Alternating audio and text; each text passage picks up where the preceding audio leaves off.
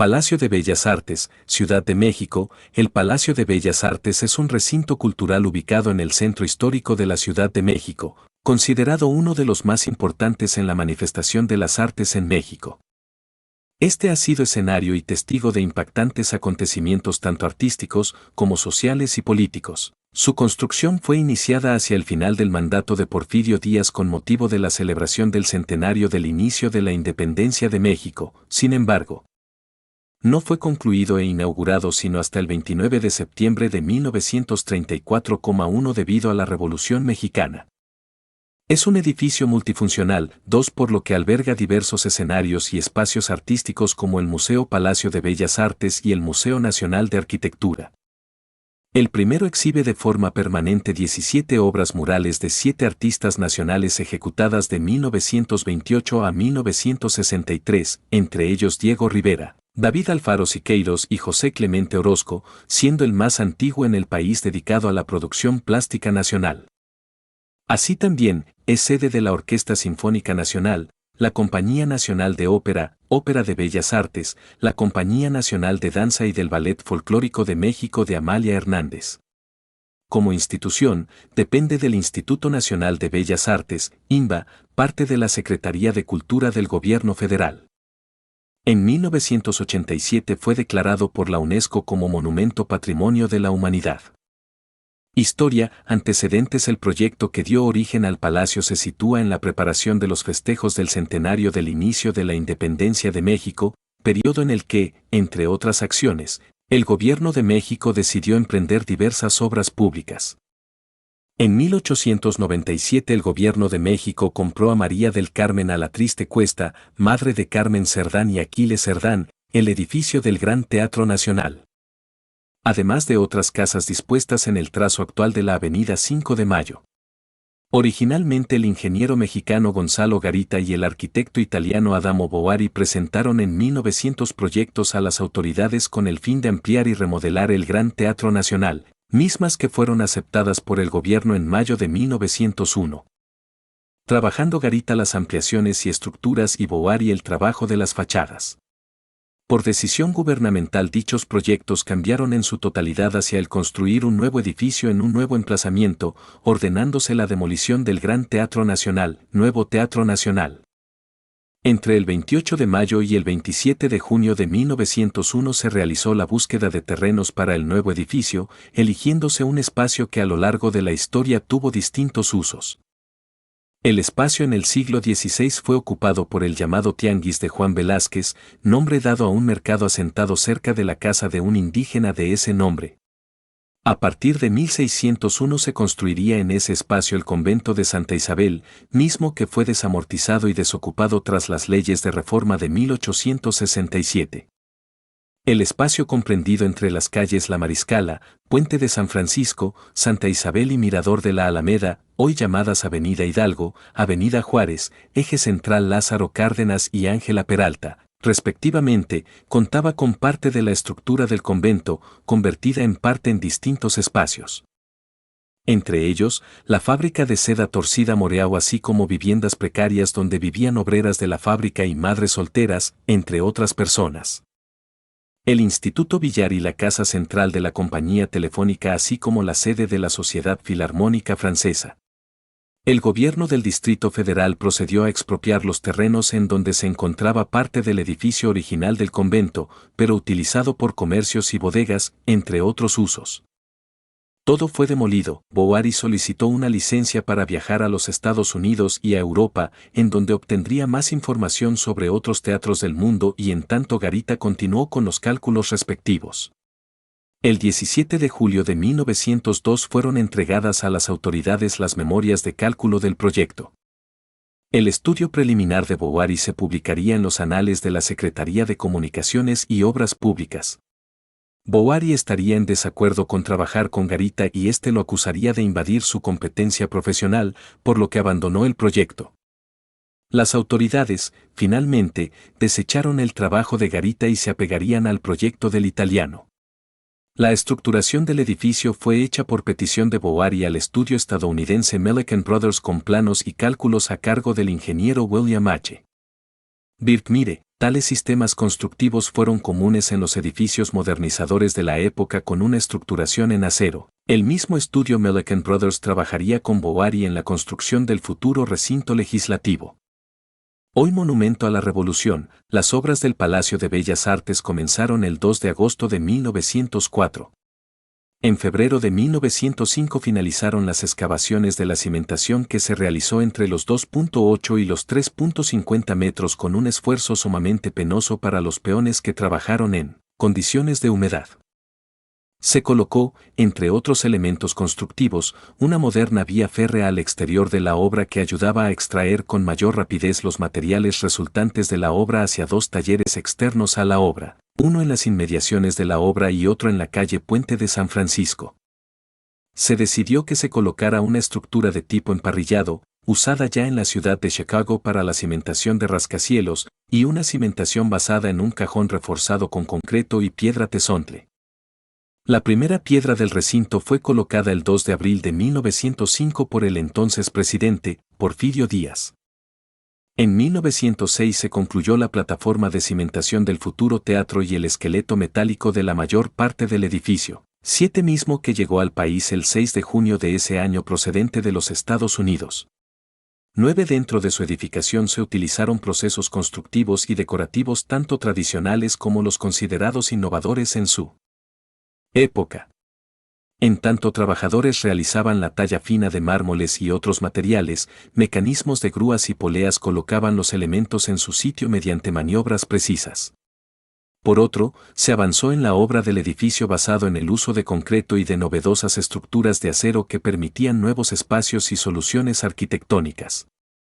El espacio frente al palacio se planeó en el proyecto de Bovary como una gran plaza abierta que pretendía convertirse en un nuevo espacio que rivalizara con el Zócalo, misma que se planeó con el nombre de Plaza Guardiola, dada la casa Guardiola que se encontraba en las inmediaciones.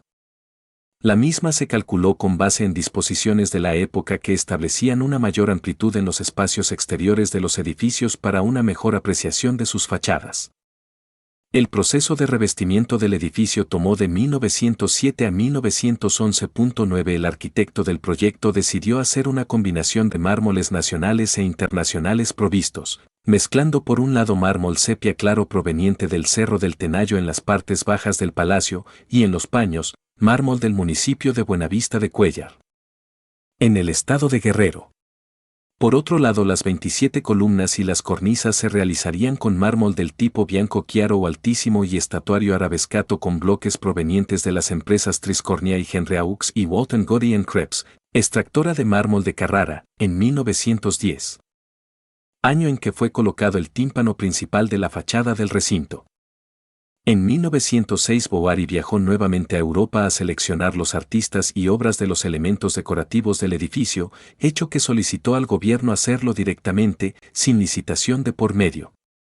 Las herrerías exteriores fueron diseñadas por Alexandro Mazzucotelli, artista de Milán, y Luis Romero Soto, artista mexicano. Las esculturas del programa escultórico de la fachada corrieron a cargo del escultor Leonardo Bistolfi, asentado en Turín, sitio en donde conoció en una exposición internacional al escultor húngaro Géza Marotti, quien se encargó del conjunto escultórico de la cúpula, el plafón de vidrios emplomados y bastidores de hierro donde se muestra a Apolo y las 9 musas en el Monte Olimpo en la sala principal 10 y un mosaico sobre el arco del proscenio con 27 figuras sobre el teatro.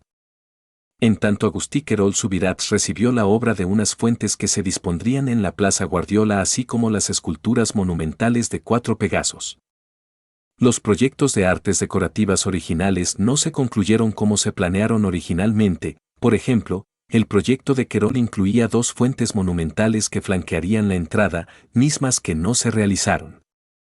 El plafón y el mosaico de Marotti serían colocados hasta el 4 de junio de 1924, debido a problemas técnicos de hundimiento del suelo, problemas económicos, la salida de Bovary del país y la Revolución Mexicana. La construcción se suspendió y se reanudó varias veces durante 30 años. En vez de terminarse en los 4 años originalmente programados, con el estallido de la Revolución Mexicana en 1910, el ritmo de la obra fue perdiendo velocidad hasta que finalmente se suspendió en 1916. Bovary abandonó México y dejó en el país más de 4.000 documentos para la continuación del proyecto. La obra se intentó retomar entre 1919 y 1928, con pocos avances. Adamo Bovary intentaría participar nuevamente en el proyecto, presentando en 1927 un proyecto de convertirlo en el Cinema México. Una moderna sala de cine. 2. El arquitecto reseñaría su obra como la más importante de su carrera. 6. Comparándola en importancia con la Ópera de París. Cuando México recuperó la estabilidad en términos económicos y sociales, la obra se reanudó en 1931 bajo el mando del arquitecto Federico Mariscal. Para entonces tomó el nombre de Palacio de Bellas Artes. El primer director de orquesta que dirigió un concierto en el Teatro Nacional fue José F. Vázquez, al frente de la Compañía de Ópera Mexicana SCL. Pro Arte Nacional, al presentar la ópera Atzimba, de Ricardo Castro, el 18 de septiembre de 1928. Inauguración. El palacio fue inaugurado oficialmente el 29 de septiembre de 1934, por el entonces presidente Abelardo L.